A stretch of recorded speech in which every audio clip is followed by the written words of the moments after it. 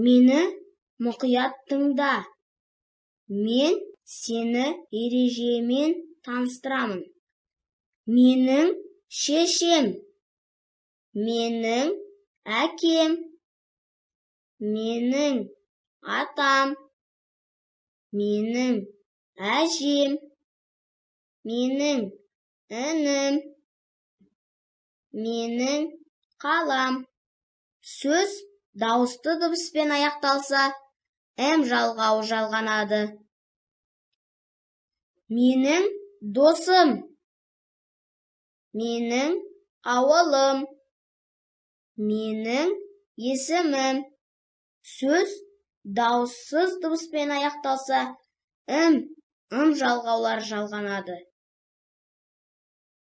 Сенің шешең, сенің әкең, сенің атаң, сенің әжең, сенің інің, сенің қалаң. Сөз дауысты дыбыспен аяқталса, жалғауы жалғанады. Сенің досың, сенің ауылың, сенің есімің. Сөз дауыссыз дыбыспен аяқталса, жалғаулары жалғанады. Оның шешесі, оның әкесі, оның атасы, оның әжесі, оның інісі, оның қаласы. Сөз дауысты дыбыспен аяқталса, жалғауы жалғанады. Оның досы, оның ауылы, оның есімі. Сөз дауыссыз дыбыспен аяқталса, жалғаулары жалғанады.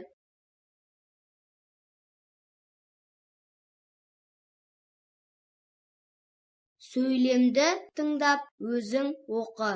Жалғауын тауып, тышқанның көмегімен белгіле. Менің есімім Нұртас. Менің әкем бар.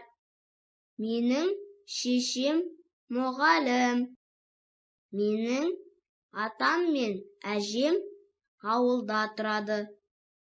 Менің інім 6 жаста. Көп нүктенің орнына дұрыс жалғауды жазып, сөйлемді толықтыр.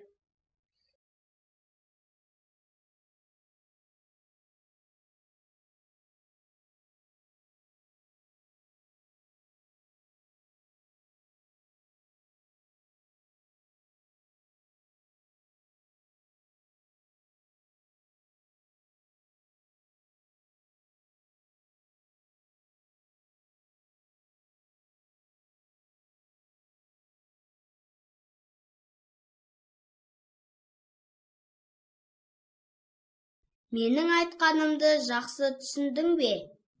Сұрағыма жауап берші. Дұрыс жауап кілтте тығулы. Кілтті басып, жауабыңды салыстыр. Менің атам. Қай кезде жалғауы жалғанады? Сөз дауысты дыбысқа аяқталса, жалғауы жалғанады. Менің ауылым. Қай кезде жалғауы жалғанады? Сөз дауыссыз дыбыспен аяқталса, жалғауы жалғанады. Сенің атаң. Қай кезде жалғауы жалғанады? Сөз дауысты дыбысқа аяқталса, жалғауы жалғанады. Сенің ауылың. Сөз дауыссыз дыбыспен аяқталса, қандай жалғаулар жалғанады? Сөз дауыссыз дыбыспен аяқталса, жалғаулары жалғанады. Оның атасы. Сөз дауысты дыбыспен аяқталса, қандай жалғаулар жалғанады? Сөз дауысты дыбысқа аяқталса, с жалғаулары жалғанады. Оның ауылы.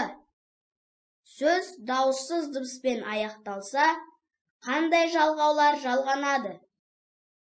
Сөз дауыссыз дыбыспен аяқталса, жалғаулары жалғанады.